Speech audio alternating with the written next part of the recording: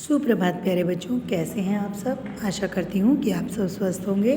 बच्चों, पिछली कक्षा में हमने पाठ 8 विशेषण की प्रश्न उत्तर किए थे। आज हम पाठ 8 विशेषण को वैसे हम कक्षा में पढ़ चुके हैं, पर एक बार फिर से उसको पढ़ते हैं। तो चलिए बच्चों, शुरू करते हैं हम आज का पाठ 8 विशेषण। पहले तो हम समझते हैं बच्चों, विशेषण किसे कहते हैं। संज्ञा या सर्वनाम की विशेषता बताने वाले शब्द जो होते हैं वो विशेषण कहलाते हैं। अब देखिए, पढ़िए और समझते हैं कि किस तरह से। काला कुत्ता। अब कुत्ते की विशेषता क्या है कि वो काला है। रुपए 100, यहाँ पर क्या है विशेषता, 100। ठंडी बर्फ़, ठंडी क्या है विशेषण। और लाल टमाटर में लाल जो है विशेषण है। बताइए कुत्ता कैसा है बच्चों, काला। क्या विशेषता है उसकी, क्योंकि वो काला है। बर्फ़ कैसी है, ठंडी। रुपए कितने हैं, 100। टमाटर का रंग कैसा है, लाल।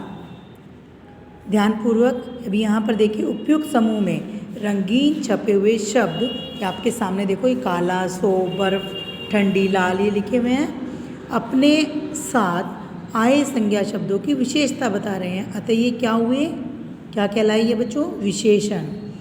ध्यानपूर्वक समझते हैं इसको।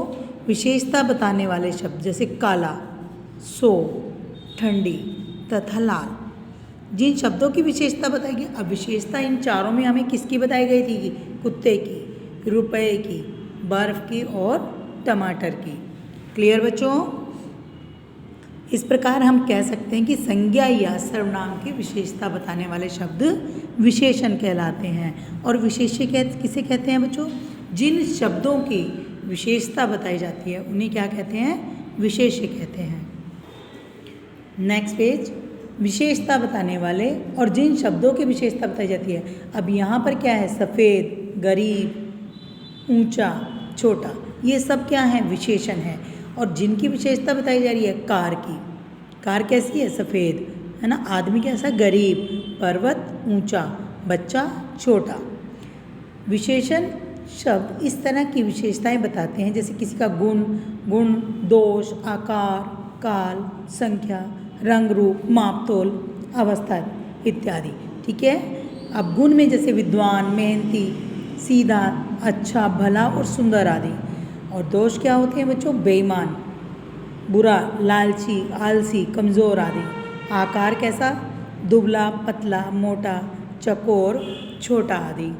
और काल नया, पुराना, अगला, पिछला, आगामी यानी आने वाला। संख्या गिनती, 1, 2, 3, 4, पहला, दूसरा, चौथा इत्यादि।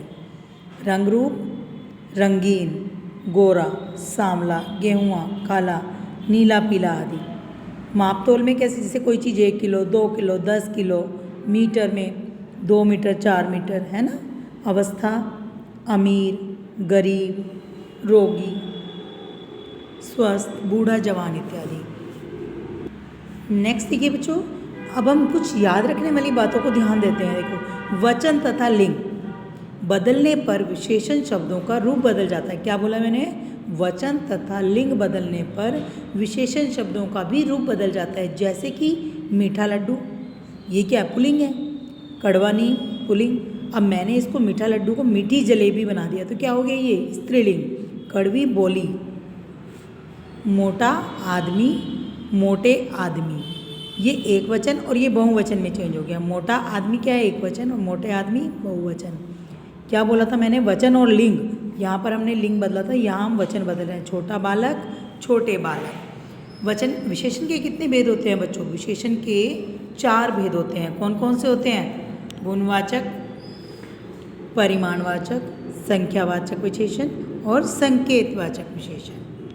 तो बच्चों, हमने अभी अपने पाठ विशेषण को पढ़ा, तो चलिए इसका थोड़ा सा अभ्यास कार्य हम एक बार रिवाइज कर लेते हैं। सही विकल्प पर सही का निशान लगाइए।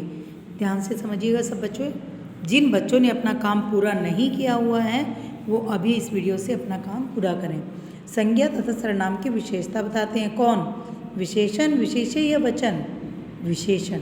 और जिन शब्दों की विशेषता बताई जाती है उन्हें क्या कहते हैं बच्चों, विशेष्य। सफ़ेद गाय में विशेष्य क्या है, गाय नहीं, हाँ, गाय विशेष्य है। क्या है बच्चों इसमें, गाय। सफ़ेद क्या है, विशेषण।